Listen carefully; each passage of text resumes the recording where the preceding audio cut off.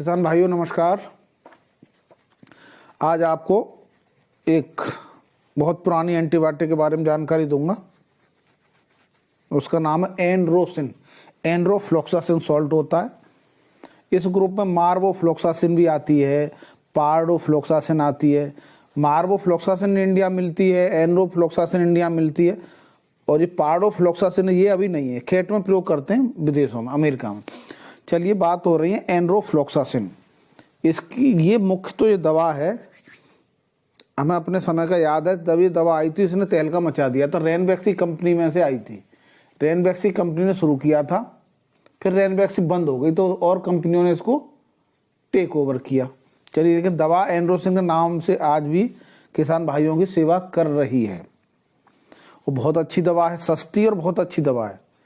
एक DCR injection सस्ता पड़ता है किसान भाइयों को, और ऑक्सीटेट्रासाइक्लिन सस्ता पड़ता है। दूसरा एनरोफ्लोक्सासिन, एनरोसिन के आता है, बायरोसिन के नाम से भी आता है, के नाम से भी बहुत सस्ता पड़ता है। और मुख्यतः ये दवा है सांस की बीमारी में, निमोनिया हो जाए, सर्दी लग जाए, बुखार आ जाए और घाव हो जाए, उसके लिए बहुत अच्छी दवा है। बहुत बड़ा घाव नहीं, जनरल जो फोड़े फुंसियाँ हो जाते हैं, छोटे घाव हो जाते हैं, उनमें, बुखार में और थनैला में भी प्रयोग कर सकते हैं। थनैला में प्रयोग करें तो लॉन्ग एक्टिंग का प्रयोग करें तो बहुत ज़्यादा फायदे का सौदा रहता है, क्योंकि आपने सुबह लगा दी, 12 घंटे के अंदर से बॉडी में से निकल जाती है, तो फिर 12 घंटे बाद फिर एंटीबायोटिक कैसे काम करेगा। तो इसलिए शाम को फिर लगानी पड़ेगी, और शाम को पशु के द्वार, किसान के द्वार पर जाना थोड़ा मुश्किल होता है, तो शाम के लिए भी एनरोफ्लोक्सासिन बोलस लिख दें तो उसकी एंटीबायोटिक की कंसंट्रेशन खून में बनी रहे। इससे क्या है, आपको कीटाणु को मारने में बहुत सहूलियत होती है। अन्यथा आपने सुबह लगाया इंजेक्शन, शाम को इंजेक्शन का असर हो गया तो उसने रात फिर 12 घंटे में कीटाणु फिर बढ़ जाएगा, फिर आप मार देंगे, फिर 12 घंटे कीटाणु को समय मिल जाएगा। इससे सही होने में समय लगता है, दिक्कत आती है। इसीलिए 12 घंटे पे एक दवा का प्रयोग जरूर करें। और ये दवा किडनी के लिए नुकसानदायक है।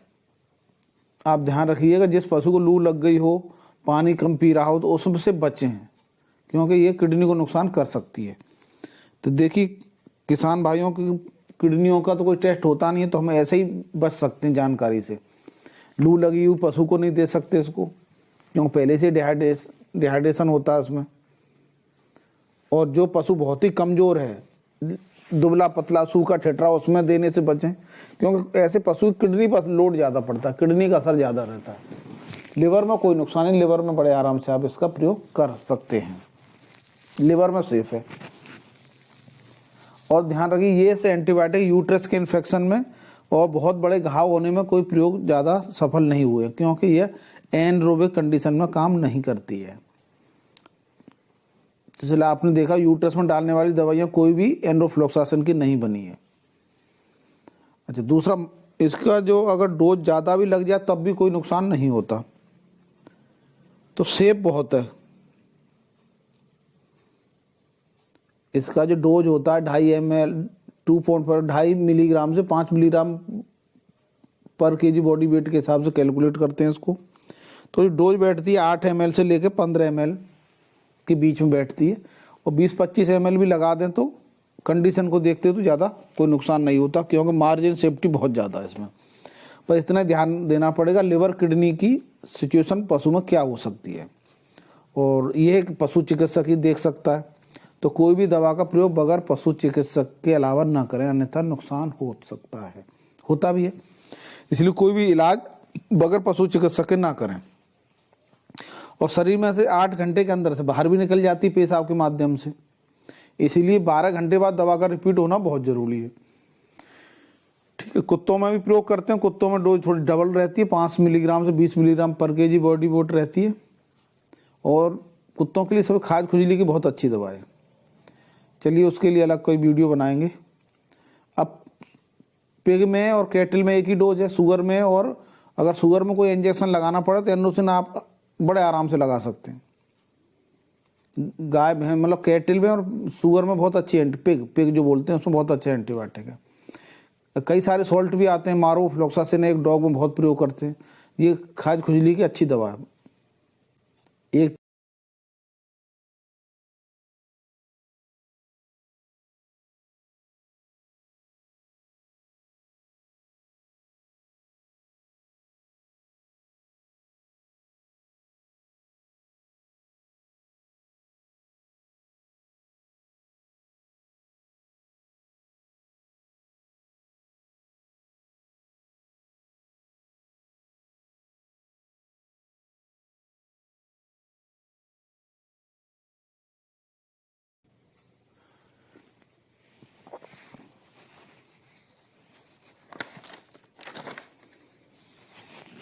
और इस दवा को धूप से बचा के रखें। कुछ लोग क्या करते हैं, पूरी बाइल का ऊपर का जो पैकिंग आती है ना, डिब्बा जो पैकिंग आती है, उसको उखाड़ के फेंक देते हैं।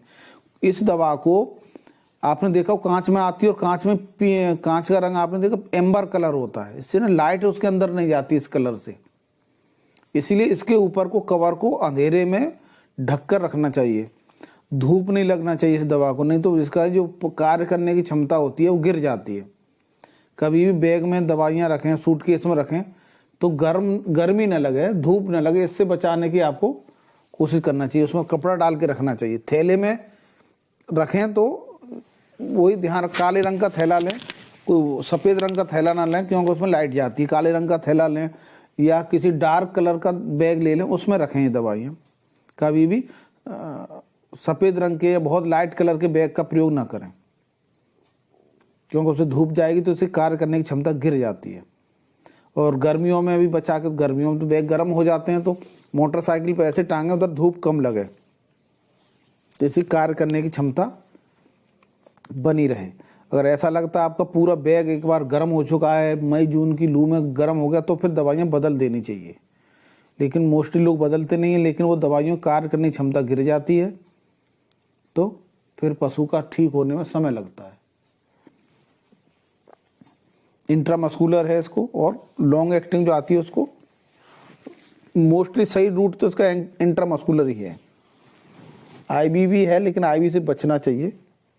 आईवी भी दे सकते हैं, लेकिन आईवी से सबसे बेस्ट रूट है इंट्रामस्कुलर। बर्ड में भी एनफ्लोक्सासिन का बहुत अच्छा रोल है, लेकिन बर्ड में जो सिरप आता है 10% का आता है, डबल में आता है, क्योंकि बर्ड में डोज इसकी डबल हो जाती है। और डॉक्सीसाइक्लिन का सिरप भी चिड़ियों में आता है, बर्ड में, वो वीडियो अलग से बनाऊंगा मैं। हाँ, ये सोच लीजिए, डॉग में, चिड़ियों में, बर्ड में, सूअर में, गाय भैंस में, ऊंट में इसका प्रयोग कर सकते हैं। बहुत पुरानी और बहुत अच्छी एंटीबायोटिक है। थैंक यू, धन्यवाद।